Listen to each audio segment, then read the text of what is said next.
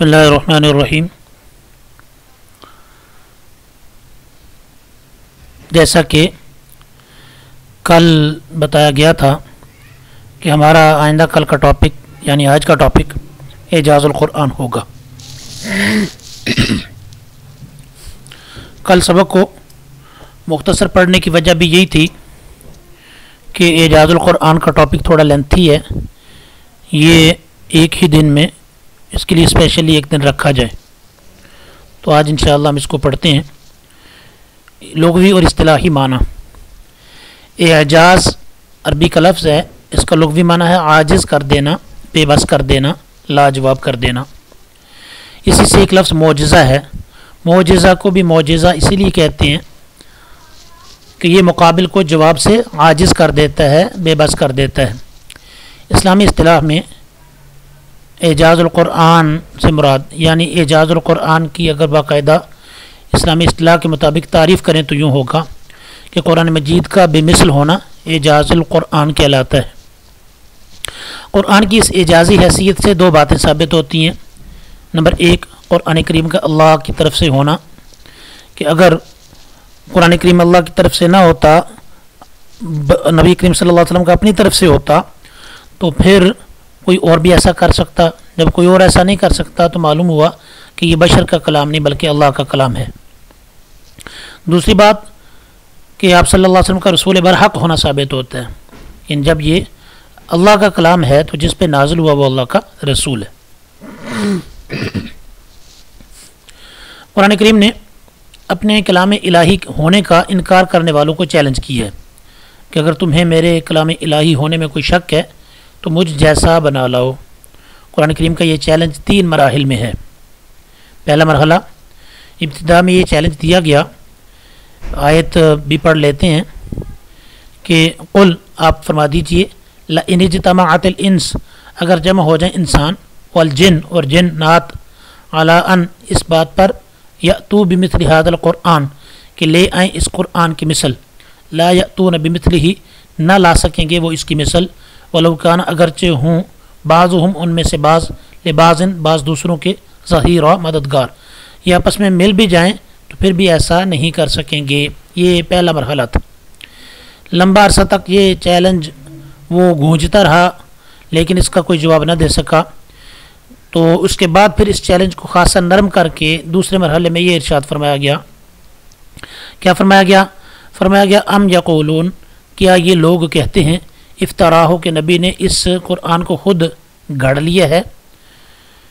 कुल आप फरमा दीजिए फ़अतू, अगर नबी ने ऐसा गढ़ लिया है कुरान पूरे का पूरा तो तुम भी ले आओ बेआशरी सुवारी मिथली, इस जैसी 10 सूरतें मुफ्तरयातिन गढ़ी हुई, वदऊ और बुला लो मन इस्तताअतुम जिनको तुम बुला सकते हो, मिन दूनिल्लाह अल्लाह के सिवा, इन कुंतुम सादिकीन अगर तुम इस बात में सच्चे हो कि यह कुरान अल्लाह का कलाम नहीं बल्कि नबी ने अपने पास से गढ़ लिया है। इस चैलेंज का भी कोई जवाब वो न दे सके। जब इस दूसरे चैलेंज का भी कोई जवाब न दे सका तो फिर तीसरा मरहला आया और इस चैलेंज को मज़ीद नरम करके इरशाद फरमाया गया कि वो आयत भी पढ़ लेते हैं कि व इन कुंतुम, और अगर हो तुम फ़ी रैबिन किसी शक में, मिम्मा उस किताब के बारे में जो नज़्ज़लना हमने उतारी, अला अब्दिना अपने बंदे पर, फ़अतू तो ले आओ बेसूरतिन कोई एक सूरत, में मिथली ही इस जैसी, वदऊ और बुला लो शुहदाअकुम अपने मददगारों को, मिन दूनिल्लाह अल्लाह के सिवा, इन कुंतुम सादिकीन अगर तुम इस बात में सच्चे हो कि पैगम्बर ने यह कुरान खुद बना लिया। फ़इन लम तफ़अलू, और अगर तुम ऐसा ना कर सको, वलन तफ़अलू और उनकी गैरत को झंझोड़ने के अंदाज में फरमाया जा रहा है हरगिज़ तुम ऐसा ना कर सकोगे। अगर ऐसा ना कर सको और तुम हरगिज़ ना कर सकोगे तो फत्तकुन नार, तो फिर डरो उस आग से, अल्लती वक़ूदुहा अन्नास वल हिजारा, ऐसी आग जिसका ईंधन इंसान और पत्थर हैं, और उइद्दत लिल काफिरीन जो ऐसे ही मुनकिरों यानी काफिरों के लिए तैयार की गई। मतलब ये है कि फिर कुफ्र न करो, कुरान करीम का अल्लाह की तरफ से होने का इनकार करके अगर कुफ्र करोगे तो फिर उस आग से डरो जो काफिरों के लिए तैयार की गई है। ये तीसरा मरहला था। कुरान करीम के इम्तियाजी पहलू यानी क्या वजह थी कि लोग कुरान का मुकाबला न कर सके। कुरान करीम उनको ललकारता रहा, इसकी क्या खसूसियात थी। तो कुरान करीम के चंद इम्तियाजी पहलू। पहला, पहले अम्बिया को जितने मौजज़ात अता किए गए वो सब वक्ती और आर्जी थे, किसी ने देखे और किसी ने सिर्फ सुने थे, मगर कुरान को सब देख सकते हैं और उस वक्त से लेकर अब तक ता क़यामत देख सकते हैं।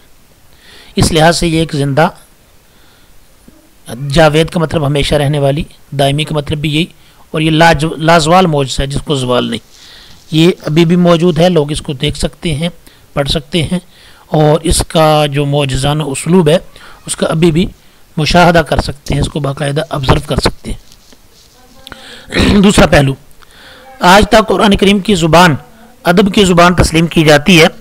जो हमारे यहाँ दर्जा है उर्दू मुअल्ला का, यानी आला दर्जे की उर्दू का, वही दर्जा कुरान करीम को आम लोगों की अदबी ज़ुबान पर हासिल है।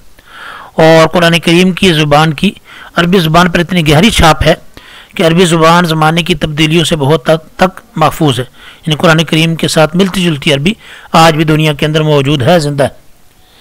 ये दूसरा इम्तियाजी पहलू है कुरान करीम का। तीसरा पहलू, ये उस हस्ती की ज़ुबान से अदा हुआ जो लिखना पढ़ना तक न जानते थे। आप सल्लल्लाहु अलैहि वसल्लम को नबुव्वत से पहले इबादत गुजारी से तो दिलचस्पी ज़रूर थी, मगर अरबी अदब से कतई नाआशना थे, यानी लिखना पढ़ना आप सल्लल्लाहु अलैहि वसल्लम नहीं जानते थे। आपका लिखना पढ़ना ना जानना ये ऐब नहीं, बल्कि आपकी नबुव्वत की दलील है। अगर आप लिखे पढ़े होते तो फिर तो कहा जा सकता था कि आप लिखे पढ़े हैं, आपने खुद लिख लिया है। लेकिन जब आप लिखना पढ़ना नहीं जानते और लिखना पढ़ना ना जानने के बावजूद भी ऐसा कलाम पेश करते हैं जो बड़े बड़े पढ़े लिखे भी उसकी मिसाल नहीं ला सकते, तो ये दलील है कि ये कलाम आपका अपना नहीं बल्कि अल्लाह की तरफ से आप पर नाजिल हुआ है। ये तीसरा पहलू है। चौथा पहलू, कुरान करीम के जो दलाइल हैं ये नहायत सादा और आम फाम हैं, हर एक को समझ में आने वाले, और ये दलाइल ऐसी अशिया से पेश किए गए हैं जो हर इंसान के मुशाहदा और तजर्बा में आती रहती हैं। ज़मीन से दलाइल, आसमान से दलाइल, अपने वजूद से दलाइल, लिहाजा इसको समझने में किसी को कोई इबहाम यानी मुगालता या दुश्वारी पेश नहीं आती। ये चौथा पहलू है कुरान करीम के एजाज़ का। पाँचवा पहलू, कुरान करीम के दलाइल एक तो सादा है, दूसरे सादा ज़ुबान में, फसी ज़ुबान जो आम रूटीन की ज़ुबान है उसमें पेश किए गए। लिहाजा इससे ऊँटों को चुराने वाले जो देहाती थे वो भी उसी तरह लुत्फ़ अंदोज़ होते थे जिस तरह फसीह बलीग लोग लुत्फ़ अंदोज़ होते थे। जब कुरान करीम की आयत उतरी फ़स्ता बिमा तुमर व आरिज़ अनिल मुशरिकीन, जिसका मफ़हूम ये है कि फ़स्ता कि आप सुना दीजिए, अलल ऐलान सुना दीजिए, बिमा तुमर जिस चीज़ का आपको हुक्म दिया जाता है, व आरिज़ अनिल मुशरिकीन और मुशरिकीन से एराज़ कीजिए, यानी उनकी हरकतों या बातों की परवाह न कीजिए। सूरतुल हिजर आयत नंबर 94। तो ये जब नाजिल हुई तो ये इसका जो ख़ास एक अंदाज़ था या इसकी बुनतर थी जो हम नहीं समझ सकते, अहले ज़ुबान समझते हैं और समझते थे। तो ये सुन के एक अरबी, एक आम देहाती सजदे में गिर पड़ा और कहने लगा कि मैं इस आयत की फसाहत को सजदा करता हूँ। जब सूरतुल कौसर की 3 मुख्तसर सी आयात नाजिल हुई तो उसे सैयदना अली रज़ी अल्लाह अन्हु ने बैतुल्लाह में जा लटकाया, जहाँ मशहूर अरब शुआरा अपने कलाम लटकाया करते थे। तो उसके नीचे किसी ने लिख दिया कि मा हाज़ा क़ौलुल बशर, यानी 3 आयतें तो लिखी हुई थी ना, इन्ना आतैनाकल कौसर फसल्लि लिरब्बिका वनहर इन्न शानिअका हुवल अबतर। तो इसके बाद चौथा फ़िक्रा किसी ने अपने पास से लिखा कि ये किसी इंसान का कलाम नहीं हो सकता। ऐसे वाक़यात और भी हैं कि कुरान करीम का मुकाबला करने से अपनी बेबसी वाज़े तौर पे मानी अरब के बड़े बड़े उदबा और फुसहा और बुलगा ने। छठा पहलू, कुरान करीम के तमाम अहकाम इसके पेश करदा नज़रिए के मुताबिक, यानी कुरान करीम जो नज़रिया देता है अहकाम भी वैसे ही देता है और सब के सब काबिल अमल हैं, यानी उन पर अमल किया जा सकता है, नामुमकिन अमल नहीं बल्कि अमल में लाए जा चुके हैं। अप्रैल 1917 में रूस में इश्तराकी यानी कम्युनिज़म की हुकूमत कायम हुई, इश्तराकी निज़ाम की हुकूमत कायम हुई और पौन सदी जो है वो भी अभी गुजरी नहीं थी कि दम तोड़ गई, यानी 70-75 साल के अंदर अंदर ही ख़त्म हो गई। इस 75 साल के अरसे में एक दिन भी ऐसा नहीं आया जब इश्तराकियत के मरकज़ रूस में भी इश्तराकी नज़रिया के मुताबिक हुकूमत की जा सकी हो, यानी अमलन एक दिन भी सही तरह से नाफिज नहीं रही। और इस नाकामी की वजह क्या थी कि इश्तराकी नज़रियात इंसानी फितरत के ख़िलाफ़ थे और उनमें इनफरादी मफादात को इज्तिमाई मफादात की खातिर कुचल दिया गया था। इस्लाम तो बैलेंस रखता है ना, इनफरादी मफादात का भी ख्याल रखता है, इज्तिमाई मफादात का भी ख्याल रखता है। सरमायादाराना निज़ाम जो है उसने इज्तिमाई मफादात को नज़रअंदाज किया, इनफरादी यानी सरमायादार के मफादात को मलहूज़ रखा, और इश्तराकियत कम्युनिज़म या सोशलिज़म ने इनफरादी मफादात को कुचला, सिर्फ इज्तिमाई मफादात का ख्याल रखा। इस्लाम बैलेंस रखता है, यह फ़र्द को फ़र्द का हक़ देता है और मुआशरे को मुआशरे का हक़ देता है। इस्लाम की तालीम और उसके अहकाम इंसानी फितरत के ऐन मुताबिक हैं जो कुरान करीम में पेश किए गए, और उसकी तशरीह में नबी करीम सल्लल्लाहु अलैहि वसल्लम ने मज़ीद वज़ाहत फरमाई। सातवां पहलू, ये कुरान करीम जो है ये जामे और हमागीर है। जामे और हमागीर का मतलब क्या? जामे का मतलब सब कुछ को अपने अंदर जमा करने वाला, और हमागीर का मतलब सब कुछ को घेरे में लेने वाला, सब कुछ पर हावी। ये इंसानी ज़िंदगी के तमाम पहलुओं को घेरे हुए है, ये ज़िंदगी के तमाम शोबों के बारे में रहनुमाई करते हैं, और ये ऐसी खसूसियत है जो ना किसी दूसरी इल्हामी किताब में पाई जाती है, ना किसी दूसरे मज़हब में। आठवां पहलू, इसके अहकाम जो हैं वो आम हालात में एक दरमियाने दर्जे के इंसान की सलाहियत का लिहाज रख के दिए गए, ताकि किसी मौके पर भी लोगों को इसके अहकाम पर अमल पैरा होने में दुश्वारी पेश ना आए। और जो लोग आम दर्जे की सलाहियत से कम लेवल के होते हैं उनको फिर उन अहकाम में मज़ीद रियायतें दी गई हैं। तो ये यानी फितरत के ऐन मुताबिक कुरान करीम जो है और इस्लाम अहकाम देता है। नौवां पहलू, कुरान करीम अपने मौजू से इधर उधर बिल्कुल नहीं हटता। इसका असल मौजू क्या है? इंसान की हिदायत, यानी वो रास्ता जिस पर चलने से इंसान की दुनिया भी संवर जाए और आखिरत भी। तो लिहाजा ये इस मौजू का कुरान करीम इतना लिहाज रखता है कि इसका कोई सफ़ा, कोई सूरत, कोई आयत, कोई सतर निकाल कर देख लीजिए, हर मकाम पर हिदायत के लिए कोई ना कोई सबक मौजूद होगा। लोगों ने कुरान करीम के मौजू को मुतय्यन करने में ठोकरें खाई हैं। बाज़ ने सियासत से दिलचस्पी थी तो उस नज़र से कुरान करीम को पढ़ा तो कहा कि कुरान करीम सियासत सिखाने की किताब है। बाज़ को दिलचस्पी साइंस से थी, उन्होंने उस नज़र से पढ़ा तो कहा कुरान करीम साइंस सिखाने की किताब है। बाज़ लोगों को किसी और मौजू से दिलचस्पी थी, उसने उस अंदाज में पढ़ा तो कहा कुरान करीम ये सिखाने वाली किताब है। बाज़ों को सरमायादाराना निज़ाम से दिलचस्पी थी, उन्होंने उस अंदाज से पढ़ा तो कहा कुरान करीम तो ज़ाती मिल्कियत का हक़ देता है, ज़कात वगैरह ये समझ लें कि लाजिम करता है, तो माल होगा तो ज़कात लाजिम होगी, लिहाजा कुरान करीम सरमायादारी की तायद कर रहा है। बाज़ को सोशलिज़म से दिलचस्पी थी तो उन्होंने कहा कि कुरान करीम बाकायदा तौर पे कहता है कि दौलत गर्दिश में रहनी चाहिए, लिखा ला यकून दौलत बैन लगनियाज मिनकुम, दौलत सिर्फ बड़े बड़े मालदार जो लोग हैं उनके दरमियानी घूमती ना रहे, बल्कि ये आम माशरे के अंदर इसकी गर्दिश रहनी चाहिए। तो ये सारी बातें अपनी अपनी जगह पर ठीक हैं, लेकिन कुरान करीम को इनमें से किसी एक चीज़ के साथ मुतय्यन कर देना यह गलत है। कुरान करीम सियासी रहनुमाई भी करता है, माशी रहनुमाई भी करता है, इसके साथ साथ कुरान करीम जो है वो इज्तिमाई मफादात के बारे में भी बताता है, इनफरादी तौर पे भी रहनुमाई करता है, इस्लाह का दर्स देता है, समझाता है। लेकिन इसका असल मौजू ये नहीं है, असल मौजू इंसान की हिदायत है। कुरान करीम जो भी हुक्म दे, चाहे वो सियासी हो, माशरती हो, माशी हो, किसी भी किस्म का कोई हुक्म, उसका ताल्लुक आखिर इंसान की हिदायत से होता है, इंसान की रहनुमाई से होता है। हिदायत क्या है? मुख्तसर लफ्ज़ों में यूँ समझें कि वो रास्ता जिस पर चलने से इंसान की दुनिया और आखिरत दोनों संवर जाएँ। तो ये कुरान करीम अपने मौजू पर रहता है, बाकी चीज़ों को थोड़ा बहुत हल्का फुल्का टच करता है, असल वो अपने मौजू पे रहता है, इंसान की हिदायत, इंसान की फलाह। 10वां पहलू कुरान करीम के एजाज़ का या इसका इम्तियाज़ी पहलू, कुरान करीम ऐसी तफसील में हरगिज़ नहीं जाता जिसका हिदायत से कुछ ताल्लुक़ ना हो। मसलन कुरान करीम ने उम्मे मूसा की तरफ वही का तो जिक्र किया, यानी मूसा अलैहिस्सलाम की वालदा की तरफ ये जिक्र किया कि हमने उसकी तरफ वही की, मकसद जो था वो बता दिया, मगर इसका नाम नहीं लिया, क्योंकि नाम लेने से हिदायत का कोई समझ लें कि शोबा ताल्लुक़ नहीं रखता था। सैयदना आदम अलैहिस्सलाम को जन्नत में एक दरख्त के नज़दीक न जाने के हुक्म का जिक्र किया, इन फरमाबरदारी क्या इम्तिहान जिससे बताना मकसूद था वो तो बताया, लेकिन दरख्त के नाम से चूँकि कोई मकसद नहीं था, नाम नहीं लिया। लोगों ने रसूलुल्लाह सल्लल्लाहु अलैहि वसल्लम से पूछा अहिल्ला, ये हिलाल की जमा है पहली रात का चाँद, इसको अहिल्ला कहते हैं। तो अहिल्ला हिलाल कहते हैं, तो अहिल्ला यानी इब्तिदाई रातों के जो चाँद हैं, चाँद पहले कम है, फिर पढ़ना शुरू हुआ, बढ़ते बढ़ते बढ़ते बढ़ते वो पूरा 14वीं का चाँद बन गया, फिर घटते घटते घटते बारीक रह गया। तो ये चाँद का घटना बढ़ना या देर से ये जल्दी तुलू होना, इसके मुतालिक लोगों ने सवाल किया कि ये क्यों होते हैं, कैसे घटते बढ़ते। तो अल्लाह तबारक व तआला ने चूँकि इस सवाल के जवाब से हिदायत का कोई ताल्लुक़ नहीं था, इसलिए चाँद की जो शक्लें बदलती है इसकी वजह बताने के बजाय जवाब का रुख इसके मकासद की तरफ मोड़ दिया कि ये वजह जो शक्लें इसकी बदलती हैं उससे फ़ायदा क्या है, उसका मकसद क्या है। फ़ायदा और मकसद ये है कि कुल हिय मवाक़ीत लिन्नास वल हज के लोगों के लिए नमाज़ों वगैरह और इबादत के औकात मालूम करने का ज़रिया है। इसी तरह इसके ज़रिए महीना शुमार किया जाता है और हज वगैरह के महीने या दिन वो महफूज रहते हैं। तो अशकाल कमर की वजह वो नहीं बताई क्योंकि इसमें इंसान की हिदायत का कोई पहलू न था। इसी तरह 11वां पहलू कुरान करीम के एजाज़ का या इसके इम्तियाज़ी पहलू कि कुरान करीम ने कभी किसी नबी और रसूल की सीरत और किरदार को दागदार नहीं किया। हालांकि बाइबल में बाज़ अम्बिया की सीरत और किरदार पर बड़े घटिया हमले किए गए, उन चीज़ों का तज़किरा करना भी वो अफसोसनाक मालूम होता है, लेकिन नमूने के तौर पर अर्ज़ कर देता हूँ।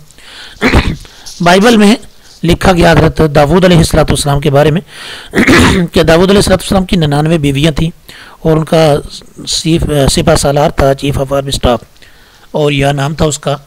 लिखा गया कि और या की एक बीवी थी, तो उसका घर दाऊद अलैहिस्सलाम के महल के साथ था। दाऊद अलैहिस्सलाम अभी तक अपने महल की छत पे चढ़े तो देखा कि वो उसकी बीवी जो है वो घर में समझें कि बल्कि बात जब करनी है तो पूरी कर देता हूँ, वो नहा रही थी। दाऊद अलैहिस्सलाम की नज़र पड़ी तो उसके साथ समझने के ज़हनी तौर पे एक ताल्लुक़ बन गया। तो औरिया को बाद में बुलाया और कहा कि अपनी बीवी को तलाक दे दो, मैं उसके साथ शादी करना चाहता हूँ। तो उसने कहा कि आपकी 99 बीवी हैं, मेरी एक बीवी है, आप ये भी मुझसे ले लेना चाहते हैं। तो दाऊद अलैहिस्सलाम वक्ती तौर पे खामोश हो गए, उसको मजबूर नहीं किया, लेकिन बाद में फिर लगातार उसको पे दर पे ऐसे महाजों पे भेजा जो ख़तरनाक थे। आखिर वो शहीद हो गया तो उसकी बीवी से शादी कर ली। तो ये अम्बिया अलैहिस्सलाम का जो किरदार होता है या उनकी अखलाकियात जो होती हैं उसके एतबार से ये इंतहाई एक नामुमकिन बात है एक नबी के मुतालिक।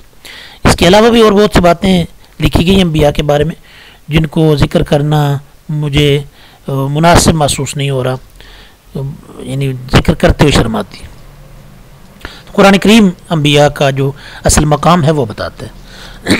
12वां पहलू कुरान करीम के एजाज़ का या कुरान करीम के इम्तियाज़ी पहलुओं में से 12वां पहलू, कुरान करीम की ज़ुबान शाइस्ता और महज़ब है, तहज़ीब याफ्ता और पोलाइट लैंग्वेज इस्तेमाल की गई है। गाली गलोच या फ़ोक्श अल्फाज से मुकम्मल परहेज़ किया गया। ज़ुलेखा को सैयदना यूसुफ़ अलैहिस्सलाम से फ़िल वाक़ई हकीकत में उन्हीं मानों में इश्क था जो आम रूटीन के मशहूर मरूफ माने हैं, लेकिन वहाँ भी अल्लाह तबारक व तआला ने उस लफ्ज़ को इस्तेमाल नहीं फरमाया बल्कि शगाफ़ा हुब्बा फरमाया कि उसके दिल में यूसुफ़ अलैहिस्सलाम की मोहब्बत घर कर गई थी। एग्जैक्टली ये इश्क वगैरह का लफ्ज़ इस्तेमाल नहीं किया। क्यों? इसलिए कि ये लफ्ज़ ख़ास उस तनाजुर में उस सिनेरियो के अंदर सोकियाना और बाजारी किस्म का महसूस होता है और उससे फाहिशी की बू आती है। इसी तरह इस्लाम के बदतरीन दुश्मनों का भी कुरान करीम ने नाम नहीं लिया, मकसद बताया। फ़िरौन का जिक्र किया तो फ़िरौन नाम नहीं था उसका, वो उसका ओहदा था। नमरूद का जिक्र किया तो नमरूद के लफ्ज़ भी नहीं बोले गया, कि नमरूद भी ओहदा था, नाम और था। तो इस तरह कुरान करीम ने वो मकसद को पेश नज़र रखा है और ज़ातियात पे हमले नहीं किए या इस तरह की गैर महज़ब गुफ्तगू कुरान करीम नहीं करता। अलगर्ज़ कुरान करीम की इम्तियाज़ात यानी इसकी खुसूसी शानें और इसके अजायबात इस कदर हैं कि उनका इहाता करना या उन सब को शुमार कर लेना या उन सब को जान लेना ये इंसान की ताकत से बाहर है। इसलिए रसूलुल्लाह सल्लल्लाहु अलैहि वसल्लम ने इरशाद फरमाया था ना कि कुरान ऐसी किताब है जिसके अजायबात ख़त्म नहीं हो सकते। तो ये कुरान करीम का जो एजाज़ है, एजाज़ुल कुरान, उसके हवाले से ये चंद एक ज़रूरी बातें थी। अभी अगला टॉपिक इल्म तफसीर है, तो मेरा ख़्याल है कि इसको भी अलग ही रखते हैं। पूरा जो है वो शायद आज ना हो सके अगर हम शुरू करें तो इसको अगले सबक के लिए रख लेते हैं। देखते हैं तो मेरा ख्याल है ये अगले सबक के लिए रखते हैं और ये अगला सबक ये इंशाअल्लाह भरपूर होगा। भरपूर होने का मतलब यह कि ये थोड़ा लेंथी होगा, आपके पीरियड के टाइम के अंदर ही मुकम्मल हो जाएगा, लेकिन आम रूटीन में जो ऑनलाइन आपके इसबाक चल रहे हैं उनसे थोड़ा ज़्यादा होगा। तो फ़िलहाल बहरहाल आज हमने जितना पढ़ लिया इसको तवज्जो से समात फरमाएँ, ज़रूरी चीज़ें नोट करें और याद भी किया करें, सबक तैयार किया करें। सिर्फ हाज़िरी लगाना काफ़ी ना समझें, सबक को तैयार किया करें। अल्लाह तबारक व तआला हमारे इल्म अमल में बरकत अता फरमाए। अस्सलामु अलैकुम व रहमतुल्लाहि व बरकातुहू।